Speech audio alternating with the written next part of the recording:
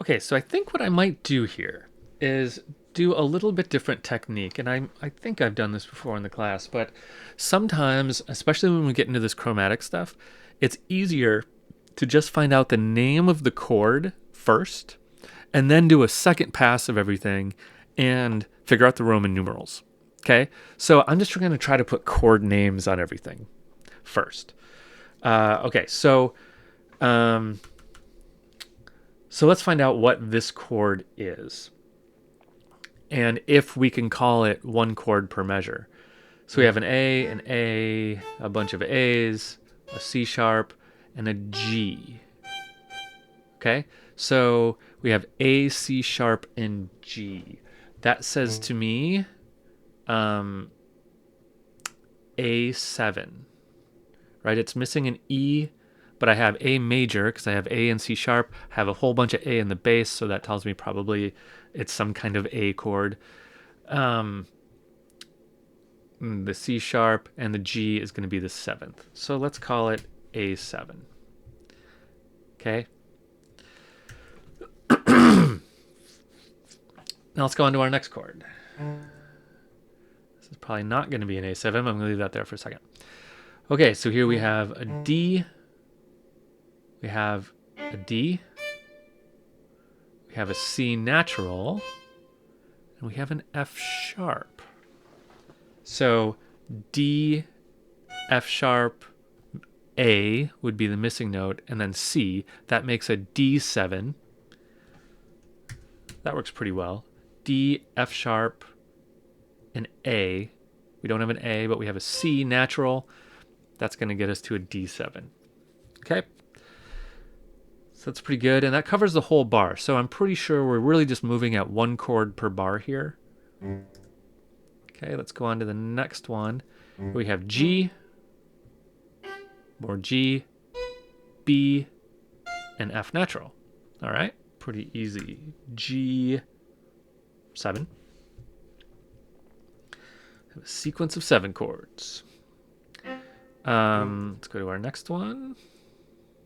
We have a C, bunch of C, B flat, and E. So C, E, G is missing, but B flat is there. That makes a C7 chord. Okay. Let's go to our next one. F, F, bunch of F, A, E flat. That makes an F7 chord. All right, so far so good. Really easy, actually. Here we have a B flat. Don't forget our key signature. So B flat, we have an F and then an E. Okay, we've got some moving notes here. So let's look at this beat by beat first. So B flat, F, B flat, D. Let's call that, let's see, B flat. Let's see, if B flat was the root, we could have B, D, F, A. Yeah, that would work. Except it's not a dominant 7 chord because we need an A flat. So we have something stranger there.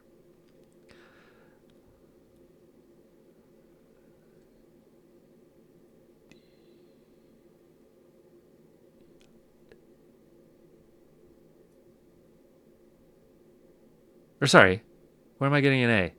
I'm thinking in bass clef. Let's try that again. B flat, F, B flat, D. Okay, so we just have a straight up B flat, D, F. So we have a B flat major chord. B flat to D, it's a major third, to F natural is a fifth. So yes, B flat major. On beat 2, we still have B flat and F. We have a D and a B flat. So still B flat major. B, D, F, B flat. Here we have an E, an E, and an A, and a B flat. Because I'm going to call these E's and this A. I could call all of that passing tones, although it's an awful lot of passing tones. So let's see if we can come up with a new name for that. We have B flat, E, and A. What would we call that? We'd have A, C, E, B flat. Where'd that C come from? Yeah. C. If A was the root, you could say A, C, E, but that B flat doesn't work. If E was the root, we'd have E, G, B flat, D. That A doesn't work.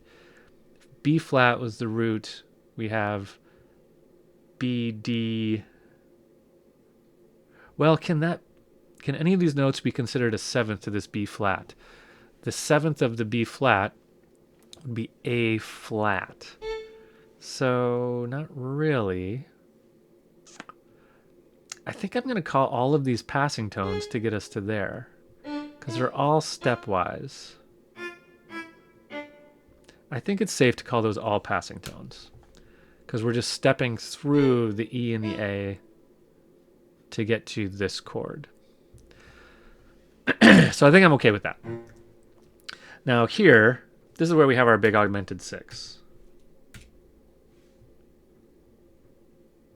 Let's call that augmented six. And here we're going to call it German,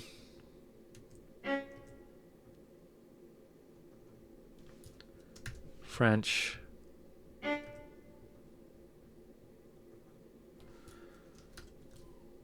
Italian.